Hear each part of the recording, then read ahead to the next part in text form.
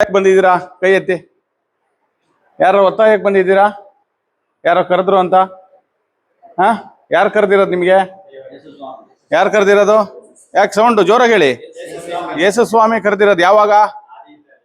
ಆದಿಯಿಂದಲೇ. ನೀವು ತಾಯಿ ಗರ್ಭದಲ್ಲಿರುವಾಗಲೇ ಈ ದಿನ ನೀವು ಇಲ್ಲಿರಲಿ ಯಾರು ತೀರ್ಮಾನ ಮಾಡಿದ್ದಾರೆ? ಯೇಸು ಸ್ವಾಮಿ ತೀರ್ಮಾನ ಮಾಡಿದ್ದಾರೆ. ಯಾವಾಗ? ಅನಾದಿಯಲ್ಲೇ. ನೀವು ತಾಯಿ ಗರ್ಭದಲ್ಲಿ ಇರುವಕ್ಕಿಂತ ಮುಂಚೆಯೇ ಈ ದಿನ ನಿಗದಿಯಾಗಿದೆ ನಿಮಗೆ ಇಲ್ಲಿರಲು ಎಂಬುದಾಗಿ ದೇವರು ಹೇಳ್ತಾರೆ. ಏನಕ್ಕೆ ಬಂದಿದ್ದೀರಾ? ಕ್ರಿಸ್ತು ದರ್ಶನ ಎಂಬ ಶೀರ್ಷಿಕೆ ಅಡಿ ಧ್ಯಾನವನ್ನು ಆಲಿಸಲು ಬಂದಿದ್ದೀರಾ. ಅನೇಕ ಸಮಸ್ಯೆಗಳು ನಿಮ್ಮ ಮುಖದಲ್ಲಿ ಇರಬಹುದು, ನಿಮ್ಮ ಸಂಸಾರದಲ್ಲಿ, ನಿಮ್ಮ ಕುಟುಂಬದಲ್ಲಿ ಇರಬಹುದು. ಆದರೆ ಅದೆಲ್ಲವನ್ನು ಹೋಗಲಾಡಿಸುವ ಶಕ್ತಿ ಯಾರಿಗಿದೆ? ಅದೇ ಕ್ರಿಸ್ತ ದರ್ಶನವನ್ನು ನಾವು ನೋಡಲು ಇಂದು ಬಂದಿದ್ದೇವೆ. ಆ ಕ್ರಿಸ್ತು ದರ್ಶನ ಎಂದರೆ ಏನು ಎಂಬುದಾಗಿ ನಾನು ಇಂದು ಹೇಳಲು ಬಯಸುತ್ತೇನೆ. ಒಂದು ಕ್ಷಣ ಕಣ್ಣು ಮುಚ್ಚೋಣ, ದೇವರಲ್ಲಿ ಪ್ರಾರ್ಥಿಸೋಣ ಎಂಬುದಾಗಿ. ಪ್ರೀತಿಯ ಪರಲೋಕದ ತಂದೆಯೇ, ನಮ್ಮ ಕಣ್ಣುಗಳನ್ನು ತೆರೆಗಿರಿ, ಅಂತರಂಗದ ಕಣ್ಣುಗಳನ್ನು ನಮ್ಮ ಜೀವಿತದಲ್ಲಿ ತೆರೆಯಿರಿ. ನಾವು ಕೇವಲ ಲೋಕದ ಸಂಗತಿಗಳನ್ನು ಮಾತ್ರವಲ್ಲ, ನಮ್ಮ ಜೀವಿತದಲ್ಲಿ ಕ್ರಿಸ್ತರ ದರ್ಶನವನ್ನು ಕಾಣುವಂತಾಗಲಿ ಎಂಬುದಾಗಿ ಪವಿತ್ರಾತ್ಮರೇ ನಮ್ಮ ಹೃದಯವನ್ನು ಸ್ಪರ್ಶಿಸಿರಿ ಎಂಬುದಾಗಿ ಈ ಸಮಯದಲ್ಲಿ ಬೇಡಿಕೊಂಡು ಪ್ರಾರ್ಥಿಸ್ತೇನೆ. ದೇವರೇ, ಯೇಸುವಿನ ಮುಖವನ್ನು ಅರಿಯುವ ಕೃಪೆ ದಯಪಾಲಿಸಿರಿ ಎಂಬುದಾಗಿ ಕೇಳಿಕೊಂಡು ಪ್ರಾರ್ಥಿಸುತ್ತೇನೆ. ಸ್ವಾಮಿ, ಒಬ್ಬೊಬ್ಬರಿಗೂ ಯೇಸುವಿನ ಮುಖವನ್ನು ಇಂದು ಅರಿಯಲ್ಪಡಲಿ ಎಂಬುದಾಗಿ ಕೇಳಿಕೊಂಡು ಪ್ರಾರ್ಥಿಸ್ತೇನೆ ತಂದೆಯೇ. ಆಮೆನ್. ಕುಳಿತುಕೊಳ್ಳೋಣ. ಹಲ್ಲೆಲೂಯಾ, ಹಲ್ಲೆಲೂಯಾ. Praise the lord, praise the lord, praise the lord.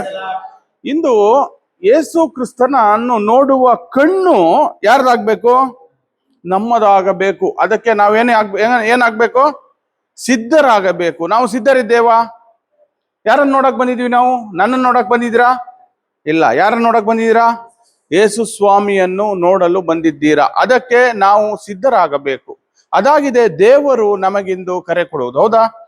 ಅದಕ್ಕಾಗಿ ಎಷ್ಟೋ ದೂರದಿಂದ ಬಂದಿದ್ದೀರಾ ದೇವರ ದರ್ಶನವನ್ನು ಪಡೆಯಲು ಎಂಬುದಾಗಿ ನಾವು ತಿಳಿದುಕೊಳ್ಳಬೇಕು. ದೇವರ ದರ್ಶನವನ್ನು ನಾವು ಪಡೆಯಬೇಕಾದರೆ ನಾವು ಏನು ಮಾಡಬೇಕು? ಮೊದಲು ದೇವರ ವಾಕ್ಯವನ್ನು ಮೊದಲು ತಿಳಿದುಕೊಳ್ಳಬೇಕು. ಮತ್ತಾಯನು ಬರೆದ ಸುವಾರ್ತೆ 5:8 ಓದಿ.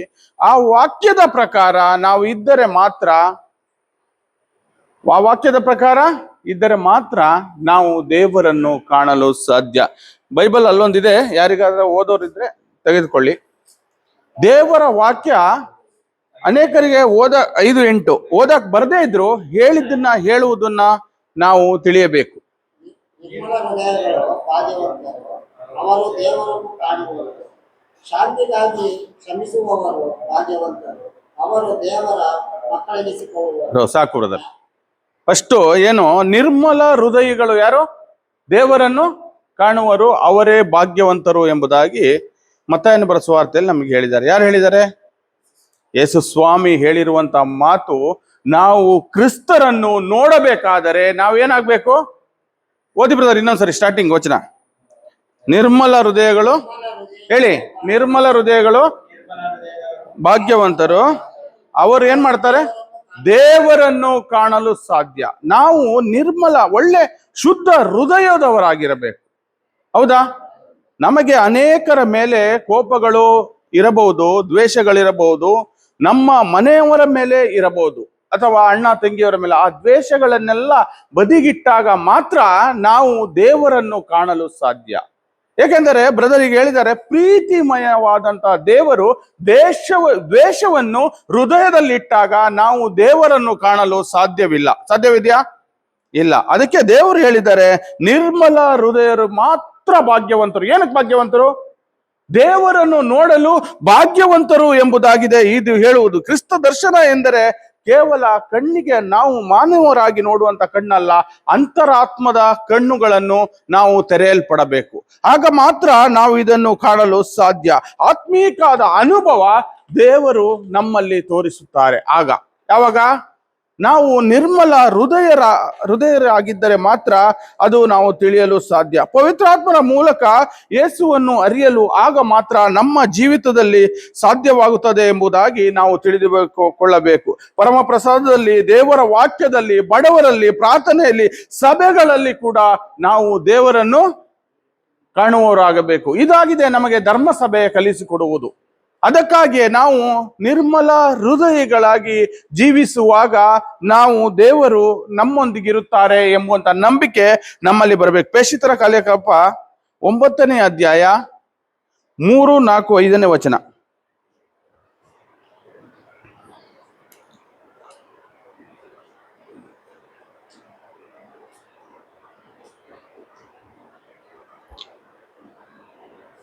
ಕ್ರಿಸ್ತ ದರ್ಶನ ಯಾವಾಗ ಪೌಲನಿಗೆ ಆಯಿತು ಎಂಬುದಾಗಿ ಈ ವಾಕ್ಯದಲ್ಲಿ ಹೇಳಲ್ಪಟ್ಟಿದೆ. ಹಲ್ಲೆಲೂಯಾ, ಹಲ್ಲೆಲೂಯಾ, ಹಲ್ಲೆಲೂಯಾ. ಪ್ರೇಷಿತರ ಕಾರ್ಯಕಲಾಪ 9ನೇ ಅಧ್ಯಾಯ ಸಿಗ್ತಾ ಬ್ರದರ್? ಪ್ರೇಷಿತರ ಕಾರ್ಯಕಲಾಪ 9, 3, 4, 5.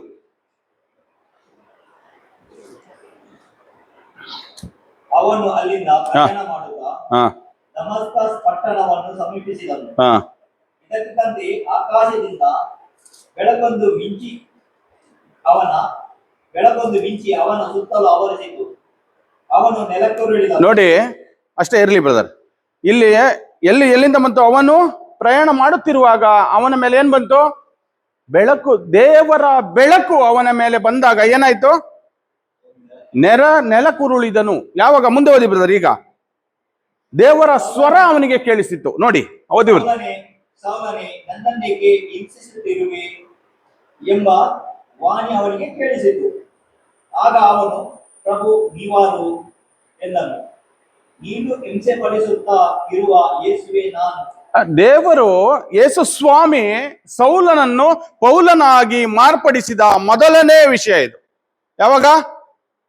ಅವನು ನೆರಕುರುಳಿ ಬಿದ್ದಾಗ ಆತನು ಪ್ರಭುವೇ ಯಾರು ಎಂಬುದಾಗಿ ಕೇಳಿದರು. ಯಾರಿಗೆ ಕೇಳಿದ್ದು? ಯೇಸು ಸ್ವಾಮಿಗೆ ಕೇಳಿದ್ದಂತ ಮಾತು. ಆಗ ಅವನ ಜೀವಿತ ಬದಲಾಗಿದೆ. ದೇವರ ದರ್ಶನ ಅವನಿಗಾಗಿದೆ. ಯಾವಾಗ? ಅದಾಗಿದೆ ನಾವು ಧರ್ಮಸಭೆಯಲ್ಲಿ ಕಲಿಯುವಂಥದ್ದು. ದೇವರ ದರ್ಶನವನ್ನು ಮಾಡುವಂಥದ್ದು ಸೌಲನ ರೀತಿ ದೇವರ ದರ್ಶನ ನಾವು ಪೌಲನಾಗಿ ಮಾರ್ಪಡಬೇಕು. ಆತನು ನಂತರ ದೇವರ ಸೇವೆಯನ್ನು ಮಾಡಬೇಕಾದರೆ ಆತನು ಯಾವ ರೀತಿಯಾಗಿ ಪ್ರಾರ್ಥಿಸುತ್ತಿದ್ದನು ಎಂಬುದಾಗಿ ದೇವರು ತನಗೆ ತಂದೆ ಮಗನ ಅಧಿಕಾರ ಕೊಟ್ಟಾಗ ಆತನು ಪ್ರಾರ್ಥಿಸುತ್ತಿದ್ದ ಏನೆಂಬುದಾಗಿ ಗೊತ್ತಾ? ದೇವರಲ್ಲಿರುವುದೆಲ್ಲ ನನ್ನದೇ ಎಂಬುದಾಗಿ. ಯಾಕೆ? ನಾನು ದೇವರ ಮಗನಾಗಿದ್ದೇನೆ, ಮಗಳಾಗಿದ್ದೇನೆ. ದೇವರು ತನ್ನ ಮಕ್ಕಳಾಗಲು ನಮಗೆ ಅಧಿಕಾರ ಕೊಟ್ಟಿದ್ದಾರೆ. ಹೌದಾ? ನನ್ನ ತಂದೆದೆಲ್ಲ ನಂದೇನಾ? ಆ ಅಧಿಕಾರದ ಮೇಲಾಗಿದೆ ನಾವು ಪ್ರಾರ್ಥನೆ ಮಾಡುವುದು, ದೇವರನ್ನು ನೋಡುವುದು, ನಮ್ಮ ತಂದೆಯೊಂದಿಗೆ ನಾವು ಮಾತನಾಡುತ್ತಿದ್ದೇವೆ ಎಂಬುದಾಗಿ ನಮ್ಮ ಪ್ರಾರ್ಥನಾ ಜೀವಿತದಲ್ಲಿ ನಮ್ಮ ತಂದೆಯೊಂದಿಗೆ ಮಾತನಾಡುವ ರೀತಿಯಲ್ಲಿ ನಾವು ಪ್ರಾರ್ಥಿಸಬೇಕು. ಆಗ ಮಾತ್ರ ದೇವರು ನಮ್ಮೊಂದಿಗೆ ಮಾತನಾಡಲು ಸಾಧ್ಯ. ಹಲ್ಲೆಲೂಯಾ, ಹಲ್ಲೆಲೂಯಾ, ಹಲ್ಲೆಲೂಯಾ. ಏಕೆಂದರೆ ಅಂದು ಸೌಲನು ಪೌಲನಾಗಿ ಮಾರ್ಪಟ್ಟಾಗ ಆತನ ಜೀವಿತದಲ್ಲಿ ಅನೇಕ ಪುಸ್ತಕಗಳನ್ನು ನಾವು ಓದಿದ್ದೇವೆ, ಆತನ ವಿಷಯವನ್ನು ನಾವು ಅನೇಕ ತಿಳಿದುಕೊಂಡಿದ್ದೇವೆ. ಆದರೆ ಆತನು ಎಂದಿಗೂ ಪ್ರಾರ್ಥಿಸುವುದು, ನನ್ನ ತಂದೆಯ ಬಿಡಾರದಲ್ಲೇ ನಾನಿದ್ದೇನೆ, ನನ್ನ ತಂದೆಯ ಸಂಪೂರ್ಣ ಆಸ್ತಿ ಅಂತಸ್ತು ಎಲ್ಲವೂ ನನ್ನದಾಗಿದೆ ಎಂಬ ಅಧಿಕಾರದ ಮೇಲೆ ನಾವು ಪ್ರಾರ್ಥಿಸಬೇಕು. ದೇವರು ನಮಗೆ ಪ್ರಾರ್ಥಿಸಲು ಅಧಿಕಾರ ಕೊಟ್ಟಿದ್ದಾರೆ. ಕೊಟ್ಟಿದ್ದಾರಾ ಇಲ್ವಾ? ಅದನ್ನು ನಾವು ತಿಳಿದುಕೊಳ್ಳಬೇಕು. ಯಾಕೆಂದರೆ ದೇವರು ಎಂದಿಗೂ ಸದಾ ನಮ್ಮ ಹೃದಯದಲ್ಲಿ ಜೀವಿಸುವವರಾಗಿದ್ದಾರೆ, ನಮ್ಮ ಜೊತೆಯಲ್ಲಿಯೇ ಇರುವವರಾಗಿದ್ದಾರೆ. Hallelujah, hallelujah. ಒಂದು ಕ್ಷಣ ಕ್ರಿಸ್ತನ ದರ್ಶನ ಜೀವನವನ್ನೇ ನಾವು ನೋಡಿ ಅನುಭವಿಸಬೇಕು. ಏಕೆಂದರೆ ಕ್ರಿಸ್ತರು 33 ವರ್ಷಗಳ ಕಾಲ ಇದ್ದಾಗ 3 ವರ್ಷ ಅವರ ಅದ್ಭುತ ಕಾರ್ಯಗಳನ್ನು ನಾವು ಪ್ರತಿದಿನ ದೇವರ ವಾಕ್ಯದಲ್ಲಿ ಓದಿಕೊಂಡು ಮುನ್ನಡೆಸುವಾಗ ನಮಗೆ ಗೊತ್ತಾಗುತ್ತದೆ. ಹೌದಾ? ಅದಕ್ಕಾಗಿ ದೇವರು ನಮ್ಮೊಂದಿಗೆ ಅವರ ಪ್ರೀತಿಯನ್ನು ಕೂಡ ನಮಗೆ ಪ್ರತಿದಿನ ದೇವರ ವಚನದಲ್ಲಿ ನಾವು ನೋಡುತ್ತೇವೆ. ಇದನ್ನು ನಾವು ಪ್ರತಿದಿನ ಆಲಿಸ್ತೇವೆ. ದೇವರ ವಚನವನ್ನು ನಾವು ಇಲ್ಲಿ ಓದುವಂತ ವಚನಗಳು ನಮ್ಮ ಹೃದಯದಲ್ಲಿ ನಾವು ಸ್ವೀಕರಿಸಿಕೊಂಡಾಗ ಮಾತ್ರ ಪ್ರಭು ಯೇಸು ಕ್ರಿಸ್ತರನ್ನು ನಾವು ಕಾಣಲು ಸಾಧ್ಯ. ನಾವು ವಚನವನ್ನು ಎಂದು ಸ್ವೀಕರಿಸುವುದಿಲ್ಲವೋ ನಾವು ಯೇಸು ಕ್ರಿಸ್ತರನ್ನು ಕಾಣಲು ಸಾಧ್ಯವಿಲ್ಲ. ವಚನವೇ ಆಗಿದೆ. ದೇವರ ವಾಕ್ಯ ನಮ್ಮ ಹೃದಯದೊಳಗೆ ಹಿಬ್ಬಾಯಿಯ ಕತ್ತಿಯ ರೂಪದಲ್ಲಿ ಕಾರ್ಯ ಮಾಡಿದಾಗ, ಹಿಬ್ಬಾಯಿ ಕತ್ತಿ ಅಂದ್ರೆ ಏನ್ ಗೊತ್ತಾ? 2 ಕಡೆನೂ ಶಾರ್ಪ್ ಇರುವಂಥದ್ದು. 2 ಕಡೆ ಹಿಬ್ಬಾಯಿ ಅಂದ್ರೆ 2 ಕಡೆ ಶಾರ್ಪ್. ಆ ರೀತಿಯಾಗಿ ವಚನ ನಮ್ಮ ಹೃದಯದಲ್ಲಿ ಕಾರ್ಯ ಮಾಡಿದರೆ ಮಾತ್ರ ನಮ್ಮ ಜೀವಿತದಲ್ಲಿ ನಾವು ಕ್ರೈಸ್ತರನ್ನು ಕಾಣಲು ಸಾಧ್ಯ. ನಾವು ಎಷ್ಟೇ ಧ್ಯಾನಗಳಿಗೆ ಹೋಗಿರಬಹುದು, ಎಷ್ಟೇ ವಾಕ್ಯಗಳಿಗೆ ಹೋಗಿರಬಹುದು, ಈ ವಾಕ್ಯ ನನಗೆ ಗೊತ್ತಿದೆ, ನಾನು ಅನೇಕ ಬಾರಿ ಓದಿದ್ದೇನೆ ಎಂಬುದಾಗಿ ನಮ್ಮ ಮನಸ್ಸಿನಲ್ಲಿ ಇರಬಹುದು. ಎಷ್ಟು ಸಾರಿ ಓದಿದ್ದರೂ ಕೆಲವೊಮ್ಮೆ ಅದರ ಅರ್ಥ ನಮಗಾಗುವುದಿಲ್ಲ. ಆಗುತ್ತಾ? ಆ ಅರ್ಥ, ದೇವರ ವಾಕ್ಯ ಅರ್ಥ ಪವಿತ್ರಾತ್ಮರು ನಮ್ಮನ್ನು ಸ್ಪರ್ಶಿಸಿದಾಗ ಮಾತ್ರ ದೇವರ ವಾಕ್ಯ ನಮಗೆ ಅರ್ಥವಾಗುತ್ತದೆ ಎಂಬುದಾಗಿ ತಿಳಿಯಬೇಕು. ಲೂಕನು ಬರೆದ ಸುವಾರ್ತೆ 24:30-31 ಓದಿ ಬದ. ಹಲ್ಲೆಲೂಯಾ, ಹಲ್ಲೆಲೂಯಾ, ಹಲ್ಲೆಲೂಯಾ. ನಮ್ಮ ಜೀವನದಲ್ಲಿಯೂ ಪಾಪ, ಕೋಪ, ಹಸುವೆ ಏನೇ ಇದ್ದರೂ ನಾವು ದೇವರ ವಾಕ್ಯವನ್ನು ಸ್ವೀಕರಿಸಿಕೊಂಡು ಎಲ್ಲವನ್ನು ಯಾರಿಗೆ ಒಪ್ಪಿಸ್ಬೇಕು? ದೇವರಿಗೆ ಒಪ್ಪಿಸಬೇಕು. ಅದಾಗಿದೆ. ನಾವು ಆಗ ಮಾತ್ರ ದೇವರನ್ನು ಕಾಣಲು ಸಾಧ್ಯವಿದೆ ಎಂಬುದಾಗಿ ನಾವು ತಿಳಿದುಕೊಳ್ಳಬೇಕು. ಲೂಕ 24:30-31.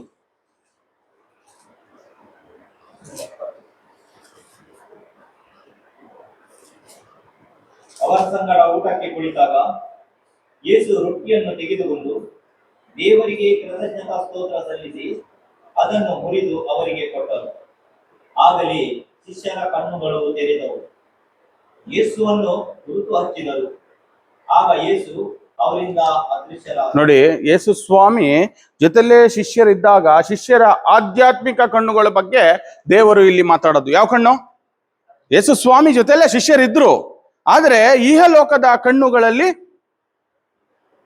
ಆಧ್ಯಾತ್ಮಿಕ ಕಣ್ಣಿನ ಬಗ್ಗೆ ದೇವರು ಇಲ್ಲಿ ಮಾತಾಡುತ್ತಿದ್ದಾರೆ. ರೊಟ್ಟಿಯ ರೂಪದಲ್ಲಿ ಯೇಸು ಕ್ರಿಸ್ತರು ಸ್ಪರ್ಶಿಸಿದಾಗ ಆಧ್ಯಾತ್ಮಿಕ ಕಣ್ಣು ಯಾರು ತೆರೀತು ಬ್ರದರ್? ಶಿಷ್ಯರದು ಆಧ್ಯಾತ್ಮಿಕ ಕಣ್ಣುಗಳು. ಆಧ್ಯಾತ್ಮಿಕ ಕಣ್ಣುಗಳ ಬಗ್ಗೆ ದೇವರು ಈ ವಾಕ್ಯದಲ್ಲಿ ನಮ್ಮೊಂದಿಗೆ ಮಾತನಾಡಿದ್ದಾರೆ.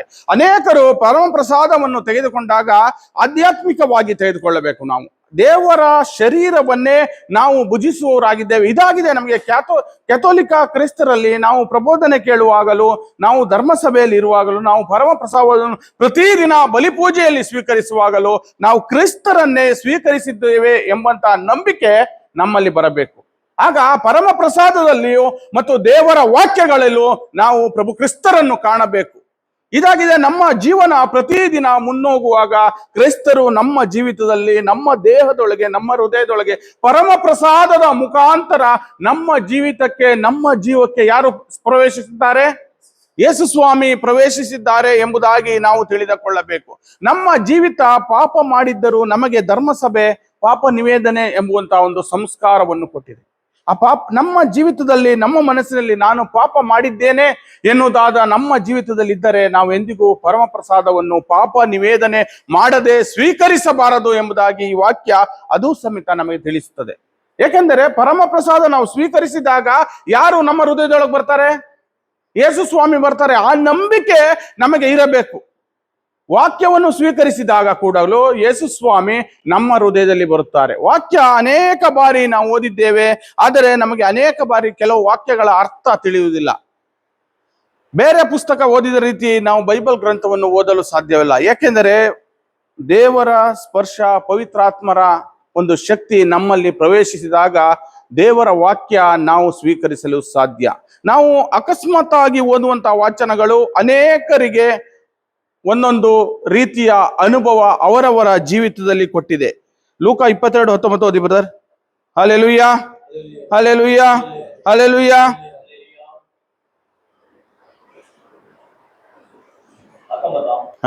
22:19. ಬಳಿಕ ರೊಟ್ಟಿಯನ್ನು ತೆಗೆದುಕೊಂಡು ದೇವರಿಗೆ ಕೃತಜ್ಞತಾ ಸ್ತೋತ್ರವನ್ನು ಸಲ್ಲಿಸಿ ಅದನ್ನು ಮುರಿದು ಶಿಷ್ಯರಿಗೆ ಕೊಡುತ್ತಾ, ಇದು ನಿಮಗಾಗಿ ಒಪ್ಪಿಸಲಾಗುವ ನನ್ನ ಶರೀರ, ನನ್ನ ಸ್ಮರಣೆಗಾಗಿ ಇದನ್ನು ಮಾಡಿರಿ ಎಂಬುದಾಗಿ ದೇವರು ಅಂದೇ ಯಾವಾಗ ಹೇಳಿದ್ದಾರೆ? ಶಿಷ್ಯರ ಮಧ್ಯದಲ್ಲಿ ಶಿಷ್ಯರ ಕಣ್ಣುಗಳು ಯಾವಾಗ ಆಧ್ಯಾತ್ಮಿಕ ಕಣ್ಣುಗಳು ತೆರೆಯಲ್ಪಟ್ಟವೋ ಆಗಲೇ ದೇವರು ಅಂದೇ ಯೇಸು ಸ್ವಾಮಿ ಹೇಳಿದ್ದಾರೆ. ಅದಕ್ಕಾಗಿಯೇ ನಾವು ಅನೇಕ ಬಾರಿ ಪರಮ ಪ್ರಸಾದವನ್ನು ಸ್ವೀಕರಿಸಿದಾಗ ನಾವು ಕ್ರಿಸ್ತರ ದರ್ಶನವನ್ನು ಪಡೆದಿದ್ದೇವೆ ಎಂಬುದಾಗಿ ನಾವು ತಿಳಿದುಕೊಳ್ಳಬೇಕು. ಅದಕ್ಕಾಗಿಯೇ ನಮಗೆ ಇನ್ನೊಂದು ಬಾರಿ ನಾನು ಹೇಳಲು ಬಯಸ್ತೇನೆ, ಧರ್ಮಸಭೆ ನಮಗೆ ಪಾಪ ನಿವೇದನೆ ಎಂಬ ಸಂಸ್ಕಾರವನ್ನು ಕೊಟ್ಟಿದ್ದು, ನಾವು ಆ ಸಂಸ್ಕಾರದಲ್ಲಿ ಭಾಗಿಯಾದ ನಂತರವೇ ಪರಮ ಪ್ರಸಾದವನ್ನು ಸ್ವೀಕರಿಸಬೇಕು. ಏಕೆಂದರೆ ನಾವು ಸ್ವತಃ ಕ್ರಿಸ್ತರನ್ನೇ ನಾವು ಪರಮ ಪ್ರಸಾದದಲ್ಲಿ ನೋಡುತ್ತಿದ್ದೇವೆ, ನಾವು ವಾಕ್ಯದಲ್ಲಿ ಕೂಡ ಕ್ರಿಸ್ತರನ್ನೇ ನೋಡುತ್ತಿದ್ದೇವೆ. ಅದಾಗಿದೆ ನಮ್ಮ ಜೀವನ. ನಮ್ಮ ಜೀವನದಲ್ಲಿ ನಾವು ಮುಂದುವರಿಯುವಂತ ಒಂದು ಜೀವನವಾಗಬೇಕು ಎಂಬುದಾಗಿದೆ. ಪ್ರತಿದಿನ ನಾವು ದೇವರ ವಾಕ್ಯವನ್ನು ಕೇಳುತ್ತೇವೆ. ಅನೇಕರು ಮೊಬೈಲ್ಗಳಲ್ಲಿ ದೇವರ ವಾಕ್ಯ ಕೇಳುತ್ತಾರೆ, ಪ್ರತಿದಿನ ಬೈಬಲ್ ತೆಗೆದು ವಾಕ್ಯವನ್ನು ಓದುತ್ತಾರೆ. ಅನೇಕರಿಗೆ ವಾಕ್ಯಗಳು ಅರ್ಥವಾಗುವುದಿಲ್ಲ. ಅನೇಕರಿಗೆ ಅರ್ಥವಾಗುತ್ತದೆ ಈ ವಾಕ್ಯ. ಲೂಕನ ಬರೆದ ಸುವಾರ್ತೆ 22:19 ನಾನು ಈ ವಾಕ್ಯವನ್ನು ಅನೇಕರು ಬೋಧಿಸಿದ್ದಾರೆ, ನಾನು ಇದನ್ನು ತಿಳಿದುಕೊಂಡಿದ್ದೇನೆ, ನನಗೂ ಇದು ಗೊತ್ತಿದೆ ಎಂಬುದಾದರೂ ಕೂಡ ಈ ದಿನ ಈ ವಾಕ್ಯ ನಿಮ್ಮ ಜೀವಿತದಲ್ಲಿ ಬೇರೆ ರೀತಿಯಾಗಿ ಮಾರ್ಪಡಬೇಕು. ಏಕೆಂದರೆ ನಾಳೆ ನಾವು ಪರಮ ಪ್ರಸಾದವನ್ನು ಸ್ವೀಕರಿಸುವಾಗ ಯೇಸು ಕ್ರಿಸ್ತರ ದರ್ಶನ ನಮಗಾಗಿದೆ ಎಂಬುವಂತಹ ಅನುಭವ ನಮಗಾಗಬೇಕು. ಕ್ರಿಸ್ತರ ಶರೀರವನ್ನೇ ನಾವು ಸ್ವೀಕರಿಸಿದ್ದೇವೆ ಎಂಬುವಂತಹ ಅನುಭವ ನಮ್ಮ ಜೀವಿತದಲ್ಲಿ ಬರಬೇಕು. ಕ್ರಿಸ್ತ ದರ್ಶನ ಎಂಬ ಒಂದು ಧ್ಯಾನಕೂಟದಲ್ಲಿ ನೀವಿದ್ದೀರಾ. ನಾವು ಇಲ್ಲಿ ಬಂದಾಗ ನಾವು ನಿಜವಾಗಿಯೂ ದೇವರ ದರ್ಶನವನ್ನು, ನಿಜ ದೇವರ ದರ್ಶನವನ್ನು, ಸಜೀವವುಳ್ಳ ದೇವರ ದರ್ಶನವನ್ನು ನಾವು ಪಡೆದಿದ್ದೇವೆ ಎಂಬಂತಹ ಅನುಭವದಲ್ಲೇ ಪ್ರತಿಯೊಬ್ಬರು ಮನೆಗೆ ಹಿಂತಿರುಗಬೇಕು. ಯಾರೂ ಕೂಡ ಬರಿಗೈಯಲ್ಲಿ ಹಿಂದಿರುಗುವುದಲ್ಲ. ಯೇಸು ಕ್ರಿಸ್ತರನ್ನು, ರಾಜಾದಿರಾಜನ ದೇವರು ಸಿಂಹಾಸನದೊಡನೆ ನಮ್ಮ ಹೃದಯದಲ್ಲಿ ಇದ್ದಾರೆ ಎಂಬುದಾಗಿ ಕರೆದುಕೊಂಡೇ ಹೋಗುತ್ತಿದ್ದೇವೆ ಎಂಬುವಂತ ನಂಬಿಕೆ ನಮ್ಮ ಜೀವಿತದಲ್ಲಿ ಬರಬೇಕು. ಹೌದಾ? ಹಲ್ಲೆಲೂಯಾ, ಹಲ್ಲೆಲೂಯಾ. ಯೋಹಾನ 6:51. ಹಲ್ಲೆಲೂಯಾ, ಹಲ್ಲೆಲೂಯಾ, ಹಲ್ಲೆಲೂಯಾ. ನಾನೇ ಸ್ವರ್ಗದಿಂದ ಇಳಿದು ಬಂದ ಜೀವಂತ ರೊಟ್ಟಿ. ಈ ರೊಟ್ಟಿಯನ್ನು ತಿಂದವನು ಚಿರಕಾಲ ಬಾಳುತ್ತಾನೆ. ಲೋಕೋದ್ಧಾರಕ್ಕಾಗಿ ನಾನು ಅರ್ಪಿಸುವ ನನ್ನ ಮಾಂಸವೇ ನಾನು ಕೊಡುವ ರೊಟ್ಟಿ ಎಂದು ಹೇಳಿದರು. ನೋಡಿ, ದೇವರ ವಾಕ್ಯ ಎಷ್ಟು ಸ್ಪಷ್ಟವಾಗಿ ಹೇಳಿದೆ. ನಾನೇ ಸ್ವರ್ಗದಿಂದ, ಯಾರು ಹೇಳಿರೋದು? ಯೇಸು ಸ್ವಾಮಿ ನಮಗಾಗಿ ಹೇಳಿರೋದು.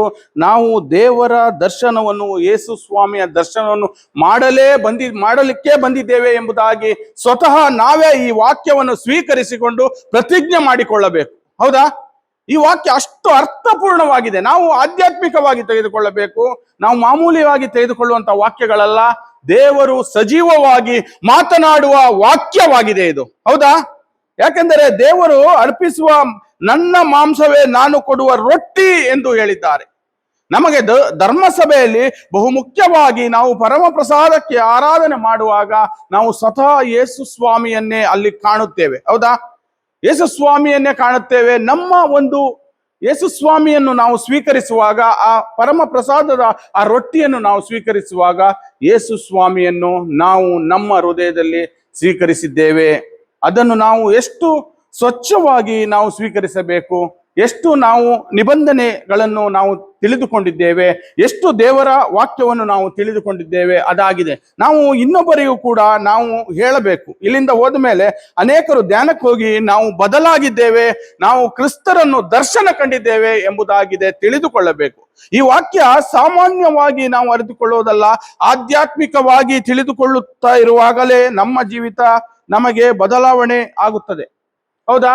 ವಾಕ್ಯವನ್ನು ತಿಳಿಲಿಲ್ಲ ಅಂದ್ರೆ ನಾವು ನಮ್ಮ ಜೀವಿತದಲ್ಲಿ ಬದಲಾವಣೆ ಆಗಲು ಸಾಧ್ಯವಿಲ್ಲ. ಯೇಸು ಸ್ವಾಮಿಯನ್ನು ನಾವು ಅರಿಯಬೇಕು. ಇನ್ನು ಈ ತರ 10 ಧ್ಯಾನಗಳಿಗೆ ಹೋಗಿ ನೀವು ಎಷ್ಟೇ ಪ್ರಬೋಧನೆಗಳು ಕೇಳಿ, ವಚನಗಳು ಕೇಳಿದರೂ ನಮ್ಮ ಜೀವಿತದಲ್ಲಿ ನಾವು ವಚನವನ್ನು ಸ್ವೀಕರಿಸದಿದ್ದರೆ ನಾವು ಬದಲಾಗಲು ಸಾಧ್ಯವಿಲ್ಲ. ಅನೇಕರು ಎಷ್ಟು ಪ್ರತಿದಿನ ದೇವಾಲಯಕ್ಕೆ ಹೋಗಿ ಬಲಿಪೂಜೆಗಳಲ್ಲಿ ಭಾಗವಹಿಸಿ ಪರಮ ಪ್ರಸಾದವನ್ನು ಸ್ವೀಕರಿಸುವಾಗ ಅವರ ಮನಸ್ಸಿನಲ್ಲಿ ನಾನು ಸ್ವತಃ ಜೀವಂತ ದೇವರನ್ನೇ ಸ್ವೀಕರಿಸುತ್ತಿದ್ದೇನೆ ಎಂಬಂತ ನಂಬಿಕೆಯಿಂದ ಸ್ವೀಕರಿಸಿದಾಗ ಮಾತ್ರ ಆತನ ಮತ್ತು ಅವಳ ಜೀವನ ಬದಲಾಗಲು ಸಾಧ್ಯ. ಸುಮ್ಮನೆ ನಾವು ಬಲಿಪೂಜೆಗೆ ಹೋದರೆ ಸಾಧ್ಯವಿಲ್ಲ. ನಾವು ಬದಲಾಗಲು ನಮ್ಮ ಜೀವಿತವನ್ನು ನಾವು ಸಂಪೂರ್ಣವಾಗಿ ಕ್ರಿಸ್ತರಿಗೆ ಅರ್ಪಿಸಬೇಕು. ಆಗ ದೇವರ ದರ್ಶನವನ್ನು ನಾವು ಕಾಣಲು ಸಾಧ್ಯ. ಸಂತ ಪೇತ್ರರು ಕೂಡ ದೇವರನ್ನು ಕಂಡರು. ಎಲ್ಲಿ ಗೊತ್ತಾ? ಪೇತ್ರನು ಮತ್ತಾಯ 14:29-30 ಓದಿ ಬದ. 29-31.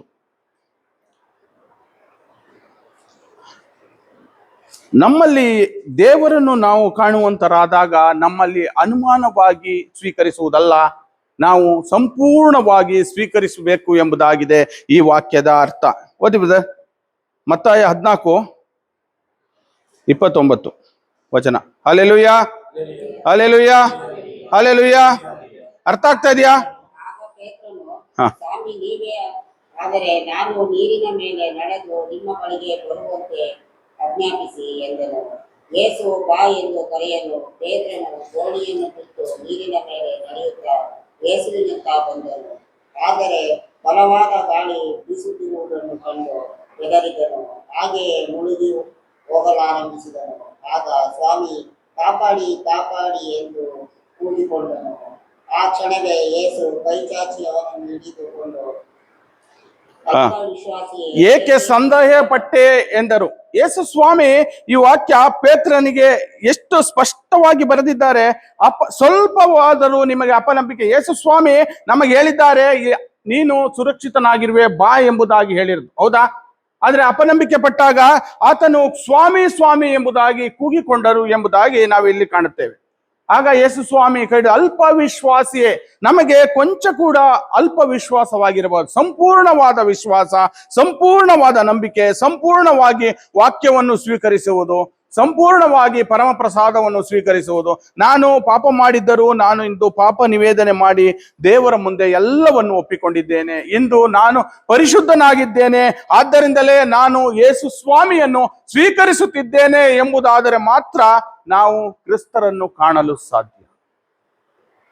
ಹಾಗಿದ್ದರೆ ಮಾತ್ರ ನಾವು ಪರಮ ಪ್ರಸಾದವನ್ನು ಸ್ವೀಕರಿಸಬೇಕು. ನಾವು ಪರಮ ಪ್ರಸಾದವನ್ನು ಸ್ವೀಕರಿಸಿದ್ದೆ ಆದರೆ ನಾವು ಕ್ರಿಸ್ತರನ್ನು ಕಂಡಿದ್ದೇವೆ ಎಂಬುದಾಗಿ, ನಾವು ವಾಕ್ಯವನ್ನು ನಿಜವಾಗಲೂ ಸ್ವೀಕರಿಸಿದ್ದೆ ಆದರೆ ನಾವು ಕ್ರಿಸ್ತರನ್ನು ನೋಡಿದ್ದೇವೆ ಎಂಬುದಾಗಿ.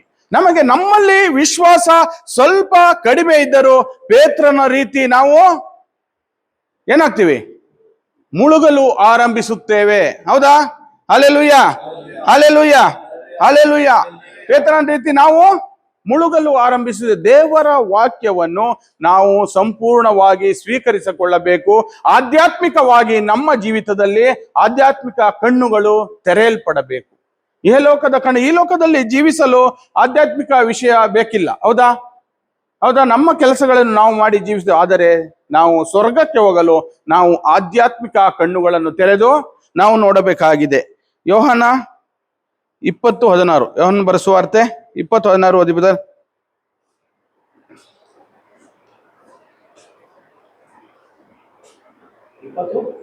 20:16. ಆಗ ಯೇಸು ಮರಿಯಾ ಎಂದು ಹೆಸರಿಡಿದು ಕರೆದರು. ಆಕೆ ಹಿಂತಿರುಗಿ ನೋಡಿ ರಬ್ಬೋನಿ ಎಂದಳು. ಯಹೂದ್ಯರ ಭಾಷೆಯಲ್ಲಿ ಹಾಗಂದರೆ ಗುರುದೇವ ಎಂದರ್ಥ. ಯೇಸು ಆಕೆಗೆ, ನನ್ನನ್ನು ಹಿಡಿದುಕೊಡುತ್ತಿರಬೇಡ, ನಾನು ಇನ್ನೂ ಪಿತನ ಬಳಿಗೆ ಏರಿ ಹೋಗಿಲ್ಲ. ನೀನು ನನ್ನ ಸಹೋದರರ ಬಳಿಗೆ ಹೋಗಿ ನನ್ನ ಪಿತನು ನಿನ್ನ ಪಿತನು, ನನ್ನ ದೇವರು ನಿಮ್ಮ ದೇವರು ಆಗಿರುವಲ್ಲಿ ನಾನು ಏರಿ ಹೋಗುತ್ತೇನೆಂದು ತಿಳಿಸು ಎಂದು ಹೇಳಿದರು. ನೋಡಿ, ಇದನ್ನ ನಾವು ವಾಕ್ಯವನ್ನು ಯೇಸು ಸ್ವಾಮಿ ನಮ್ಮನ್ನು ಹೆಸರಿಡಿದು ಕರೆದಿದ್ದಾರೆ. ಅಲ್ಲಿ ಯಾರನ್ನ? ಯೇಸು ಮರಿಯಾ ಎಂದು ಹೆಸರಿಡಿದು ಕರೆದರು. ಅದೇ ರೀತಿಯಾಗಿ ದೇವರು ಇಂದು ನನ್ನನ್ನು ನಿಮ್ಮನ್ನು ಕೂಡ ಏನ್ ಮಾಡಿದ್ದಾರೆ? ಹೆಸರಿಡಿದು ಕರೆದು ಇಲ್ಲಿಗೆ ತಂದಿದ್ದಾರೆ. ನೀವು ತಾಯಿ ಗರ್ಭದಲ್ಲಿ ಇರುವಕ್ಕಿಂತ ಮುಂಚೆಲೆ ನಿಮ್ಮನ್ನು ಹೆಸರಿಡಿದು ಕರೆದು ಈ ದಿನ ದೇವರು ನಿಮ್ಮನ್ನು ಇಲ್ಲಿ ಕೂರಿಸಲು ನಿಗದಿಪಡಿಸಿದಂತ ದಿನ ಇದು. Hallelujah, hallelujah.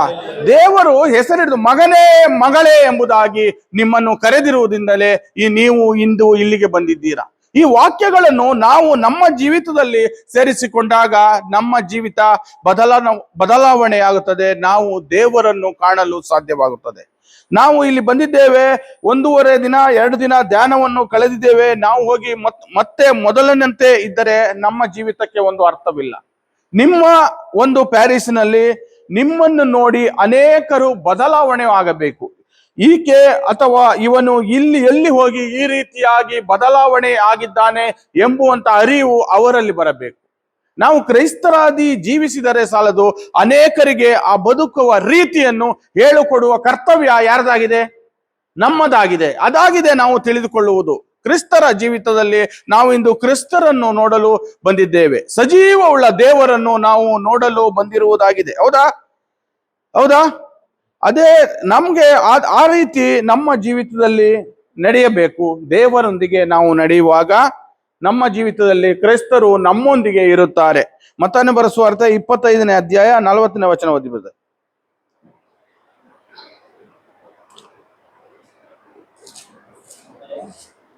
25:40.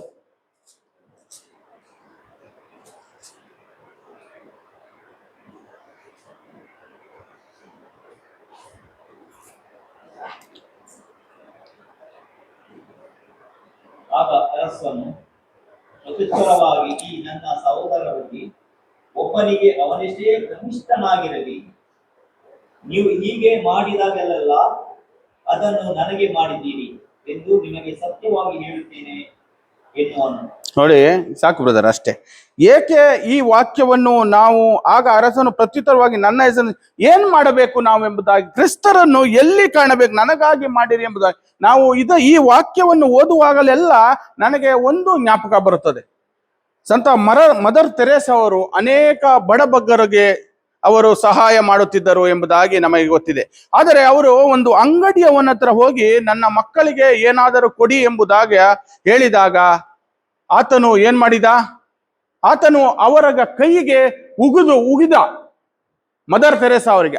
ಅವರು ಅದನ್ನು ಸಂತೋಷವಾಗಿ ಹೃದಯದಲ್ಲಿ ತಬ್ಬಿಕೊಂಡು, ಇದು ನನಗಾಯಿತು, ನನ್ನ ಮಕ್ಕಳಿಗೆ ಏನಾದರೂ ಕೊಡಿ ಎಂಬುದಾಗಿ. ಆತನ ಜೀವಿತ ಅಲ್ಲಿ ಬದಲಾಯಿತು. ಕ್ರೈಸ್ತರು ಇಷ್ಟು ಒಂದು ಹೃದಯದವರ ಎಂಬುದ ಅಂತ ಬದಲಾವಣೆ ಆ ಮನುಷ್ಯನಲ್ಲಿ ಬಂದಿದೆ. ಆಗ ಆ ರೀತಿಯಾಗಿದೆ ನಾವು ದೇವರನ್ನು ಕಾಣುವುದು. ಏಕೆಂದರೆ ಕ್ರೈಸ್ತರಲ್ಲಿ ನಾವು ಬಡವರನ್ನು ಕಾಣ್ದಾಗ ಕ್ರೈಸ್ತರು ಏನ್ ಮಾಡ್ತಾರೆ, ದೇವರನ್ನು ನಾವು ನೋಡುವಂಥದ್ದಾಗಿದೆ.